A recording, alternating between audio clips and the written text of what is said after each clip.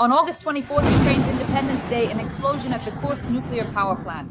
Now that's fucked up, guys. That's quite a wake-up call, huh? Russia blew up the transformer in Kurchatov itself.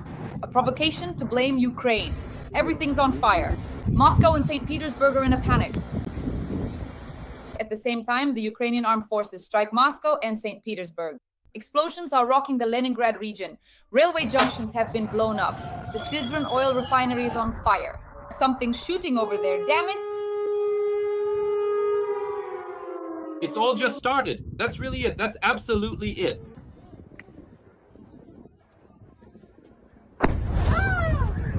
Ust-Luga is in flames. The airports in Moscow and Saint Petersburg are paralyzed.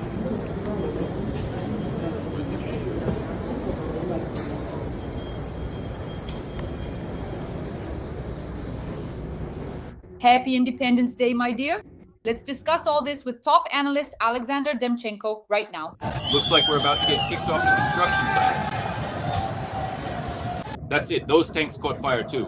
Hope nothing fucking blows up right now. Breaking news. Friends, today on Ukraine's Independence Day, the skies over Russia have lit up with new explosions. Moscow, St. Petersburg explosions. They are paralyzed. Sheremetyevo, Vnukovo, and Pulkovo airports have halted operations because explosions are going off everywhere. There's a fire in the Kaluga region. The Syzran oil refinery is burning. The strategic port of Ust-Luga has been attacked, and Novatek's gas terminal has simply been blown up. The Kremlin's energy empire is collapsing right before our eyes. I think things aren't looking great for the terminal in Shekty either, you know. Now something rubber is going to hit it. Important facilities, oil refineries have been attacked. The Novoshaktinsk refinery has been burning for 3 days now. Everyone there is sobbing and crying. Gas terminals, factories, railway hubs have been attacked. There's an aviation collapse in Moscow and Saint Petersburg. Panic, airports have been shut down. We'll discuss all this with the well-known top analyst Alexander Demchenko. Sasha, welcome and happy Independence Day to our dear country. Hello, Dasha. Hello, everyone. Happy Independence Day to our dear Ukraine. I wish for only one thing, to survive, to get through this, and then to live on in spite of all those scoundrels, all those creatures, just to live for our own pleasure under a peaceful sky. I hope that sooner or later, peace will come. Thank you very much. All right, Dasha, let's go. Friends, please write a few kind words in support of Ukraine on Independence Day in the comments. Write about how much we love our country. Glory to the armed forces of Ukraine. And we're starting off with explosions. Another drone hit in Moscow. Nothing has landed in Moscow or St. Petersburg yet. So there's panic in St. Petersburg. Airports have been shut down. And the largest gas processing plant in Europe is burning in Ust-Luga. Now it will be difficult for the Kremlin not only to wage war, but also to trade fuel. Sasha, how do you assess today's holiday strikes? This is really a blow, you know, right in the gut. Ukraine continues to destroy the energy sector of the Russian Federation. We're not just talking about some gas terminal. This is the Novatek station. Yes, the terminal has been destroyed. Listen, an enterprise has been destroyed, an asset belonging to Gennady Timchenko. Let's call things by their proper names.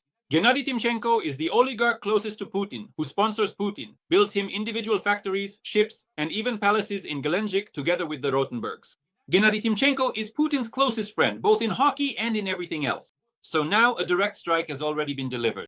In other words, they are striking at Putin, at his inner circle, at his oligarchs. Not at some imaginary figures, not at some oligarchs who were once close to Putin, but today the strike was delivered directly at Putin's closest circle. Furthermore, we must not forget that, as I read, a transformer was damaged near the Kursk nuclear power plant. So these are not just strikes on the energy sector. What did Putin recently say through Alexander Lukashenko, right?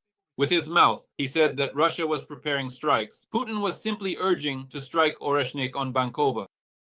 Did that happen? It did. Did he say that a couple of days ago? Lukashenko said that a couple of days ago. That's a kind of blackmail, you know. We can go all the way. We can escalate. We can go all in. That's what was conveyed from the Kremlin through Lukashenko. Well, there you go. You're blackmailing with nuclear ashes. You constantly organize provocations at the Zaporizhzhia nuclear power plant. Here you are. But I am more than sure, Dash, that in fact it was not even Ukraine that struck the Kursk nuclear power plant, that it was Putin once again, his troops, his army, just as they did with regard to the airports that you asked about, right? We will not forget. Vnukovo. Hit. Missile strike. Shoots down a Ukrainian drone. The anti-missile actually falls on people. A Ukrainian drone falls 200 meters from the terminal, shot down by a Russian anti-missile. It's the same now. They extensively bombed the entire Kursk region with their precision-guided aerial bombs from the air, causing significant damage and destruction. I mean, the Russian army, the armed forces, the air force. Did they bomb? They bombed. Did they wipe the Kursk region off the face of the earth? They wiped it out. Are they still wiping out the Kursk region because they can't completely drive out the Ukrainian soldier? They keep wiping the Kursk region to dust, destroying their own people. And a Russian missile hit the nuclear power plant. Putin is striking. There's only one question. Is this because of incompetence, or is it because someone wants to stage a nuclear provocation, blame everything on Ukraine, carry out the biggest possible terrorist attack, stir up Trump, and tell him, look at what's happening. Here are our energy facilities. Here are the nuclear sites. What negotiations? Maybe this is partly a plan to disrupt negotiations with Ukraine, which Putin never intended and still doesn't intend to pursue. Yes, that's absolutely right. In reality, they're striking the Kursk nuclear power plant on purpose to create a precedent, as if it was Ukraine that carried out the attack. This has already been reported, including by the Center for Countering Disinformation, that this is the work of the Russians. They strike themselves and then blame Ukraine themselves. Well, now let's talk about where we are striking. Sash, I saw that Magyar prepared a whole list for Independence Day about why it's actually really important that lately we've been striking oil refineries. Almost all of them in the European part of Russia have been attacked. And so Magyar made a statement. The former Medvedchuk-owned oil refinery in Novoshakhtinsk has been burning for more than 60 hours. More than 60, Carl. Next, on August 14th, the Lukoil Volgograd oil refinery was hit. Then, Druzhba. The Hungarians say that the repair of the pipeline will take 5 days. There's no confirmation of it being restarted, Magyar writes. On August 20th, the Novoshakhtinsk oil products plant, then Druzhba, then this is called an oil refinery. Magyar says, we're blowing everything up. Go home, Russians. That's what Magyar reports. So now, as I understand it, today we attacked, among others, the Syzran oil refinery and the Ust-Luga port at the same time. Sasha, lately we've been hitting oil refineries very intensively. What do you think is the reason for this? Because for a while, this wasn't happening. Rostov, Saratov, Ryazan. We just need to keep adding to this huge list. These are the oil refineries and stations that come to mind right now, that Ukraine, its armed forces, and its special services are destroying or significantly damaging. Let's not forget that just the SBU under Vasyl Malyuk has taken out over 200 Russian targets, not only energy facilities, but also defense-related ones. And other intelligence agencies, both military and foreign, have also made a huge contribution to this effort. But what does this tell us? Look, right now, there are massive lines blooming on the streets, on the roads of Russia. Trucks are lined up, cars, passenger vehicles are standing still. Everyone is looking for gasoline. In 3 regions of Russia, not counting the occupied Ukrainian Crimea, although there's an energy crisis there too. The fuel crisis has already reached the Kuril Islands. And I was sitting there since April. I've been telling everyone, look, there will soon be an energy catastrophe in Russia. There will be a fuel crisis. Get ready, collect some plastic bottles, collect all sorts of tin containers so you can store gasoline. Well, now it's by ration cards. They're giving out 10 liters per person. But what are 10 liters for a truck? That's nothing. That's just enough to drive a little and then stop again until the next gas station, if you're lucky. That's why there's a fuel crisis in Russia right now. So what did Ukraine do? Ukraine deliberately started striking energy facilities. Putin isn't observing any kind of moratorium. Ukraine started striking energy facilities successfully. Oil refineries have shut down. Friends, for those who don't understand, let me just explain what this means. So look, everyone is used to thinking that the Russian oil sector, or let's say the energy sector, is all about profits from gas and oil, from selling them. Friends, look, what is a gas station? Let me explain. 60% of the price when you buy a liter of gasoline, 60% of that is excise tax. It's a tax. Now imagine that none of that tax is coming in, that 3 regions are already not paying taxes, that all of this is collapsing. The Russian Federation is facing major economic problems. Putin has big problems. He doesn't have money for the war. And Ukraine is doing everything to make him exhaust his last reserves and force him to go to those damn negotiations with Zelensky. But this time, real negotiations, flexible negotiations, without ultimatums, without threats, without blackmail, and without those stinking manipulations from Anchorage up to today. Just straightforward business-like talks about the future. And not about Ukraine's future, but about the future of the whole region. Because Ukraine has been striking Russian energy facilities. Because Ukraine, which is defending its own territory, has only seen Russia advance by just 1% of all that was possible in recent years. As President Zelensky mentioned today, Because Ukraine, which in the past year or year and a half has developed the Flamingo missile, the Sarmat missile, and specifically the long-range Neptune missile, while the regular Neptune missile is already turning the whole game upside down, demonstrates to the Kremlin, to Putin, to his entire entourage, and to all his well-fed oligarchs who keep funneling him money every single time, to him and his family, for their existence, their power, and their lives. Look, guys, we can do it this way too. Without American help, we can do it on our own. We can strike on our own. We can hit like this. And they will strike first with drones and soon with missiles. And I'm not saying this to call for anything. It's just a fact. It's a fact. Ukraine has developed. Ukraine has tested. Ukraine is already striking. Ukraine has the strongest drone story. Ukraine will have the strongest missile story with American help, without American help. And what are they all going to do about it? That's a big question for Russia. And Putin will have to answer that question soon. He won't answer, but there will be consequences. Because gifts like today, Dasha, these gifts will happen more and more often. Every time, every month, more and more frequently. It won't just be Russia striking Ukraine. Ukraine will respond, because we're all just thoroughly fed up with what Putin and his troops are doing. Sasha, I really like the situation with the series of strikes on Druzhba near Necha. In this way, we are systematically destroying the Druzhba oil pipeline, which today supplies oil to two of our adversaries, Slovakia and Hungary, who are blocking, especially Hungary, Ukraine's accession to the European Union. And as for Orban, who is openly pro-Russian, I won't even comment. I really liked how Peter Syzran, I think it was yesterday, wrote a post saying, how is it possible, after all, that Ukraine is attacking the Druzhba oil pipeline? How dare they? To which all the European leaders, well, many of them replied, just as you show solidarity with the European Union, that's exactly how much solidarity we have with you. And I think the Ukrainian ambassador to South Africa wrote that solidarity and Hungary are like goulash and vegetarianism. So basically, they totally trolled the Hungarians. What do you think about our strikes on the Druzhba oil pipeline? Look, it's clear that Orban is furious. Orban is furious because he gets a huge percentage. I think about 10% of all Russian oil goes to Viktor Orban. He's sitting on the pipeline transit, just like, by the way, many others used to. Yanukovych sat on the pipeline. Many people here sat on the pipeline. Remember?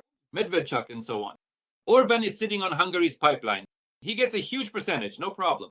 Orban, well, as people say, whether that's true or just a rumor, we don't know. There are no documents in hand. No one has seen them. No one has held them, as they say.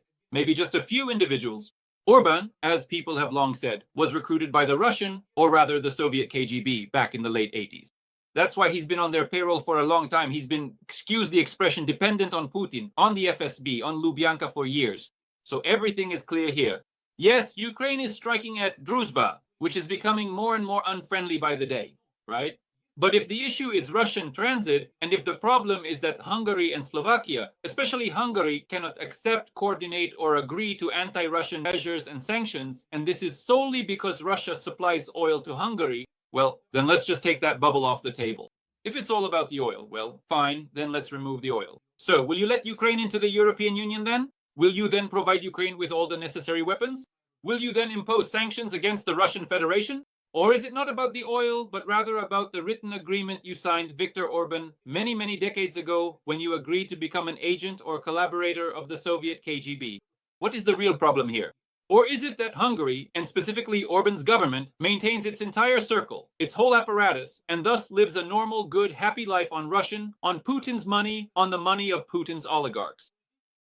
And by the way, he is directly stirring up the Ukrainian Transcarpathia region, for which Orban has had his own particular plans for a long time, and who, behind Ukraine's back, behind closed doors, negotiated with Putin at the start of the invasion about carving up the Ukrainian state. Or have we forgotten about that? Or have we forgotten the letters from the State Duma of the Russian Federation back in 2014, including those sent to Hungary, where there was an official proposal to divide Ukraine into several parts? Have we forgotten that? You know what I like, Dasha, in all of this, in this whole situation with Orban? I like Trump's reaction, strange as that may sound. Trump wrote, he printed out that tweet. Was it a letter or some kind of printed message, or was it a tweet? Who knows what that was from Orban, but Trump made a note about it. Oh, I worry in English, you know. I'm very angry. I just can't stand listening to all of this. Oh, tell the Slovaks that I'm their friend. What was Trump's reaction after that? None. Did he call Zelensky? Did he pass anything on to Ukraine? Did the State Department issue any kind of statement? Did he, start blackmailing Ukraine live on air or making some kind of threats? No. Trump did nothing. Just as, by the way, he also did nothing about the destroyed American, or rather damaged American, electronics company Flex's plant in Mukachevo, which was hit by Putin. So what about those security guarantees, Donald? Wherever there is an American investor, wherever there is an American factory, Putin won't strike. Well, he struck again yet another time. Because, let's be honest, since 2014, Putin has repeatedly struck American factories, and he's hit Polish factories too, a NATO member country. Poland doesn't really like to respond either, right? Now, drones are already flying 100 kilometers from Warsaw. And Poland, they have these really big, what do you call it? What do they say? God, tell me, Dasha. They have a very big concern, Profound concern. They are deeply dismayed and concerned about what happened. And Trump is deeply concerned too, and nothing happens. But the most important thing I want to say is this. Apparently, Ukraine and Zelensky have decided to take matters into their own hands. We've probably all heard those statements in the Wall Street Journal today. We don't know if it's true or not. Listen, American publications are playing their own game too. They are also divided into certain factions, into certain kinds of clans. There are certain money bags standing behind them. They have their own story over there. But the Wall Street Journal published a very interesting piece today where they reported that, yes, on the one hand, Ukraine is receiving over 800 short-range missiles with a range of up to 400 kilometers. But on the other hand, Donald Trump and the Department of Defense, specifically the same official who recently blocked the delivery of weapons, shells, missiles, and so on to Ukraine, as you may recall. Then they had to urgently unblock it in an emergency mode. So, just today we found out that, as it turns out, America, the Trump administration, and the Pentagon blocked Ukraine from striking deep into Russia with Attack-MS missiles and the British-French Storm Shadow missiles, because their use is directly regulated and coordinated by US space intelligence. Space intelligence has stopped transmitting coordinates. Accordingly, Ukraine and Zelensky have probably finally broken away and realized that, you can't deal with this partner, it's all a wasted effort, and you have to rely on yourself. Just like Israel and like many, many other states and countries. For this reason, missile programs are being developed successfully. I am sure that Ukraine already has at least 10 other missile prototypes, and we will hear about them soon. Even now, there are significant strikes being carried out against Putin's closest circle. Even now, we are completely undermining the situation inside the Russian Federation from within. Isn't that right? Because all these strikes directly affect the political segment, the political situation, the public situation, Russia's economy, and the social situation, because it is the ordinary people who suffer. It's the ordinary people who buy gasoline and fuel at gas stations, while the Russian army gets it from Putin, and all those Putin's Oruses are fueled just as needed. It's the ordinary people who suffer. So everything is happening just as it was basically planned. Everything is going according to plan. Everything is absolutely logical. And to be honest, these are good news for August 24th, 2025. There haven't been good news for a long time. At last, we've heard at least something. Sashki, it's really important to me. Remember when we were at the Navy Day parade in Saint Petersburg? Do you recall? Oh, yeah. You call that a parade? Well, that was trolling, of course. A festive one. What an explosion there was in the territory of Petersburg and the Leningrad region, thanks to our drones. And now they've attacked again, targeting that magical place for Putin, Petersburg, and the Leningrad region, Ust-Luga. Would you agree that this is symbolic, right? Because for Putin, Petersburg is a sacred city, and today Pulkovo is closed, the St. Petersburg airport, and there are drones flying around there. I actually checked this morning before our stream, and a couple of drones, due to Russian electronic warfare, ended up flying into the apartments of Petersburg resident Sash. Well, look, this is a clear signal that the range is already quite good. If earlier Ukraine could only reach its own occupied territories at the start of the war and then the border areas of the Russian Federation, and we saw that for a long time. Then there were isolated strikes, long-range ones, sort of trial balloons aimed at Tatarstan. You saw that. But after there were already special operations on the territory of Siberia, after Ukraine started striking, well, already reaching such distant regions as Irkutsk Oblast, you see, for example, and so on. It reaches beyond the Urals, it reaches up to the Urals, so we're talking about the fact that, yes, Ukraine is signaling to Moscow that the range has changed and that Ukraine is acquiring the capabilities and means to destroy any target, no matter how well protected it is, no matter what kind of rock these mega bunkers are hidden in on Russian territory. You know, Dasha, there's one very interesting detail I'd like to discuss, because missile strikes are one thing, but still, you can't talk about that for the entire broadcast. Look, right now some very interesting things are happening in Russia, just really interesting things. A decision was made in the Kremlin. I'm absolutely serious. I'm not trolling right now. I mean this sincerely. A decision was made in the Kremlin that the Russian police are not coping and will not be able to cope directly with the veterans of the so-called special military operation. And that order in local areas, in cities, and in the regions of Russia should, in part, be maintained by the Russian army, since it directly oversees and coordinates all these scoundrels who took up guns for money and went to kill Ukrainian civilians and soldiers. Accordingly, the question arises, if they are planning to hand this over to the army, and if the army will be maintaining order on the streets of Russian cities, does this mean, first, that Putin will bring troops into Moscow and Saint Petersburg? First. Second, does this mean that over time the Russian army will gain and continue to gain more and more power in Russia? And that the generals will become gluttonous with power? Is this, a kind of safety cushion in case we end, freeze, or stop the war, right? In one form or another. But at the same time, you keep getting money because the army is being used on the streets of Russian cities and regions. So does this mean that the generals will become even more influential? Third, does this mean that there will be an inevitable war between the FSB and the military generals? And will it happen? Fourth, does this basically mean that we will gradually see a military coup or moves toward a military coup in Russia, Moscow, the Kremlin, Putin? Will this be carried out? Because you see, there have already been times in Russian history, in the history of the Soviet Union, in the history of Moscow, when the generals removed an unwanted general secretary. This has already happened before. Or more precisely, not even a general secretary, but someone who very much wanted to become one. Let me remind you of the story of Daria and Zhukov. Isn't that right? How did Khrushchev come to power? How did the rest of the trio come to power? Zhukov came in and restored order, and Daria was eliminated. So all of this is inevitable. And if this is happening, it means it's not just Putin trying to preserve some financial flows for the generals. This is truly a major concern for the Kremlin, for Putin, and for his inner circle, that a huge number of people will get their hands on weapons, that the regions will thus become isolated from Russia, that there will be a massive redistribution of property in the Russian Federation, and that not even the 90s will return, but God knows what years will come back. That there will be major coups, major uprisings, large-scale armed rebellions. And Putin will not be able to handle all of this.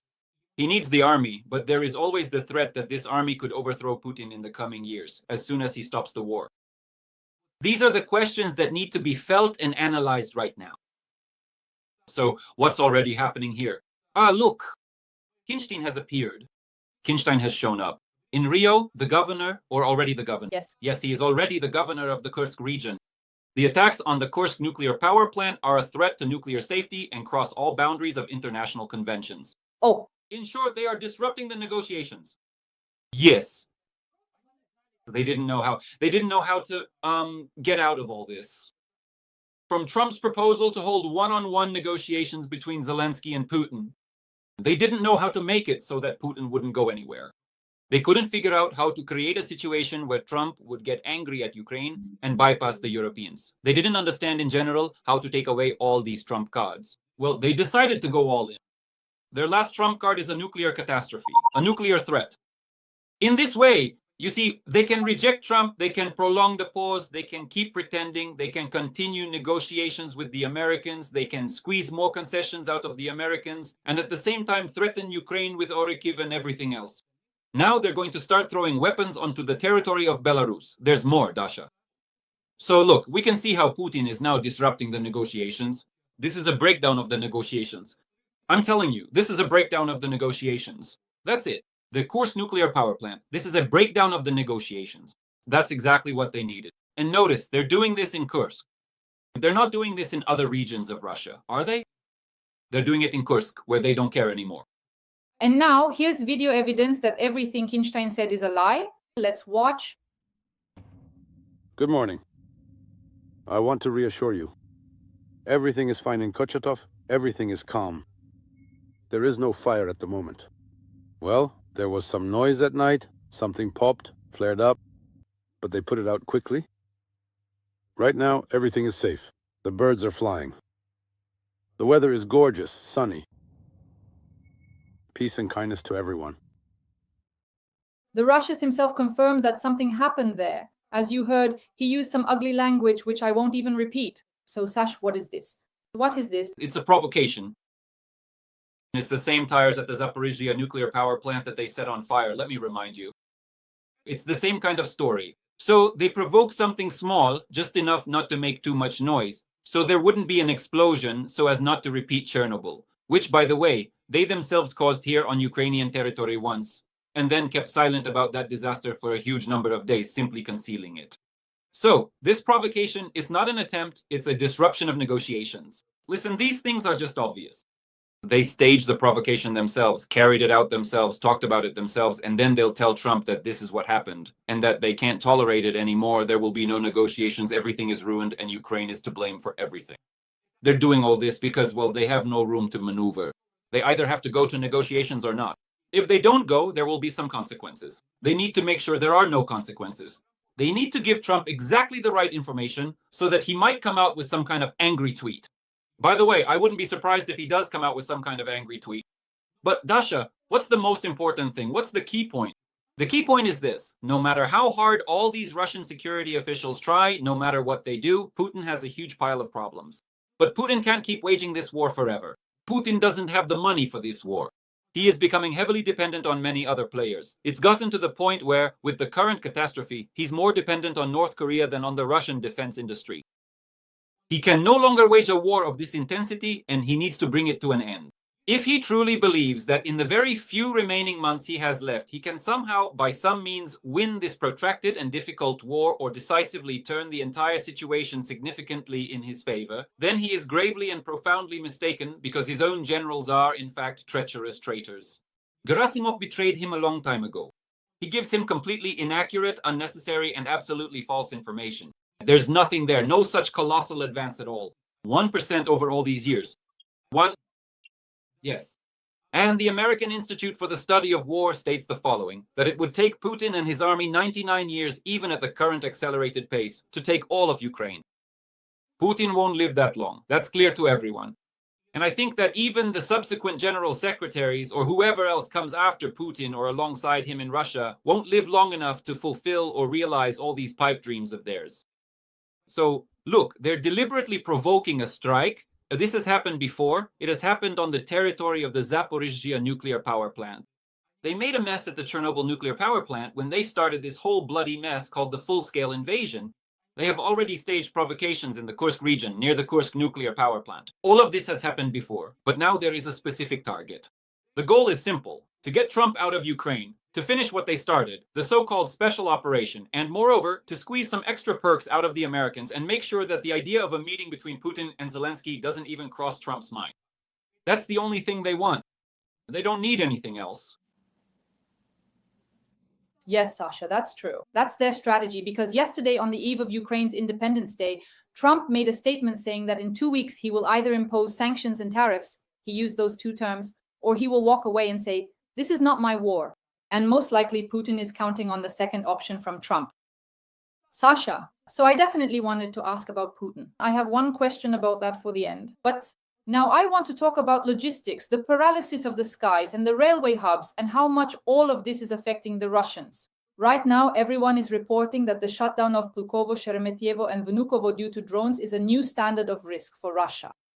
Next, the railway hubs and stations. So at this point, we've basically created a complete railway collapse and paralysis. For example, yesterday for 2 days straight, the Russians couldn't buy tickets. They were crowding at railway hubs. They couldn't do anything. In your opinion, without exaggeration, how much do strikes deep in the rear, Moscow, Saint Petersburg, air traffic collapses, railway collapses, demoralize the elites and the population?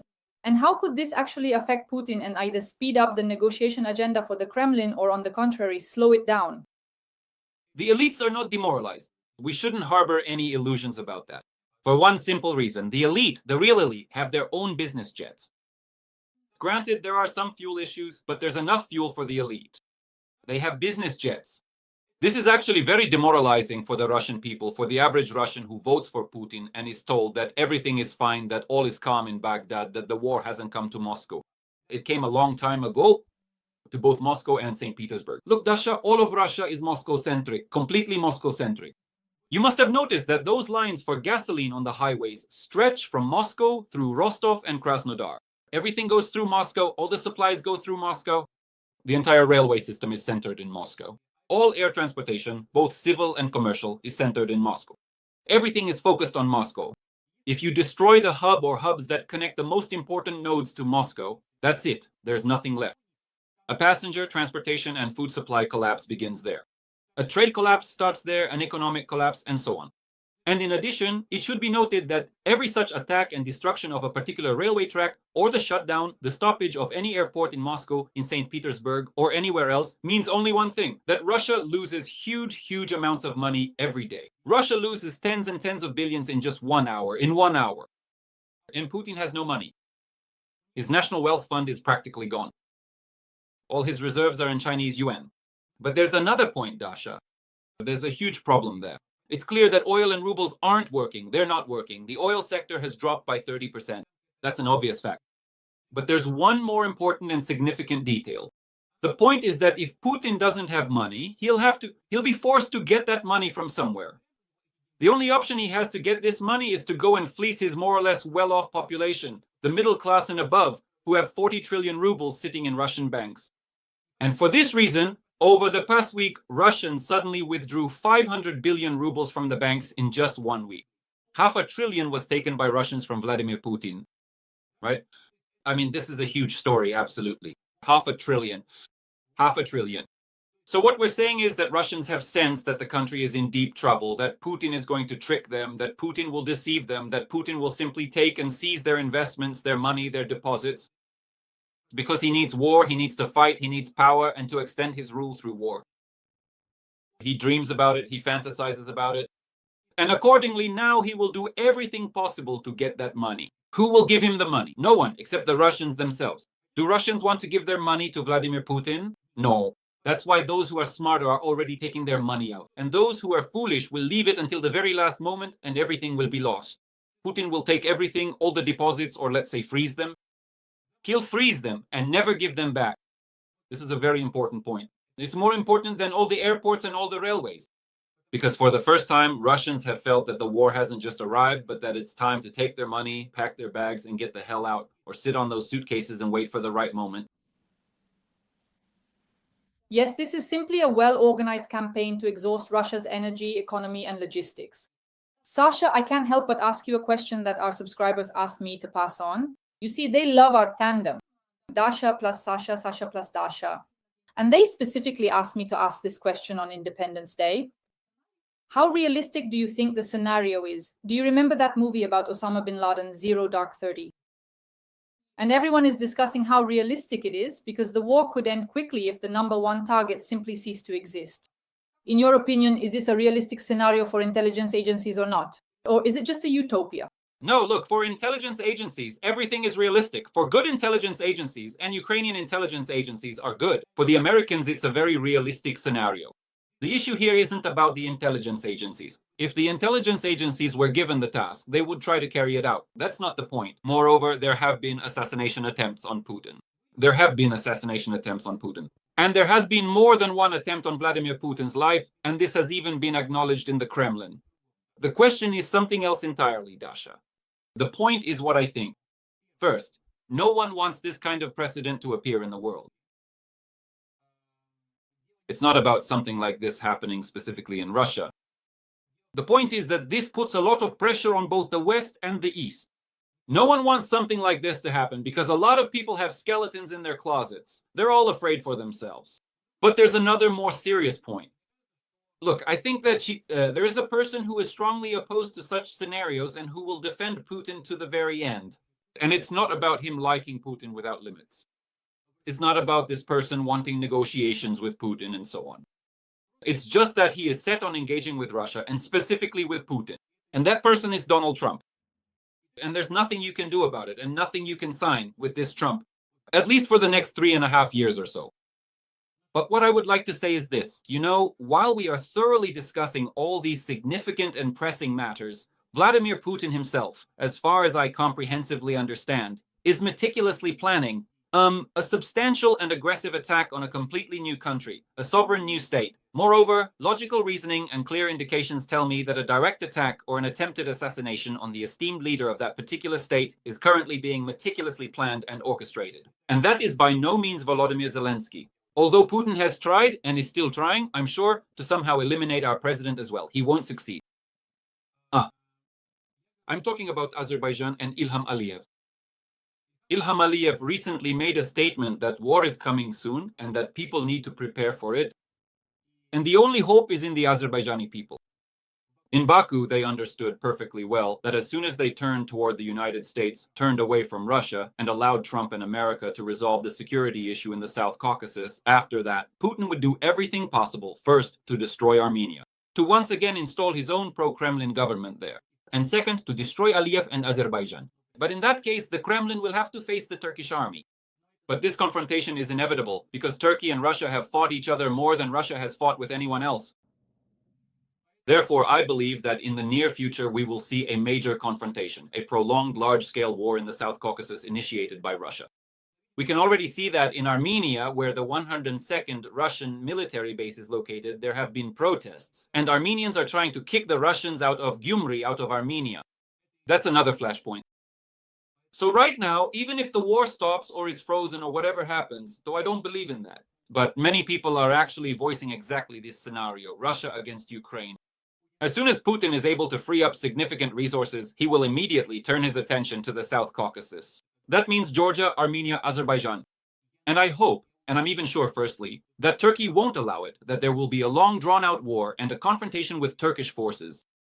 And secondly, the Americans won't let Vladimir Putin do this either. But the fact that this scenario, in my opinion, is inevitable and that it needs to be considered is a fact.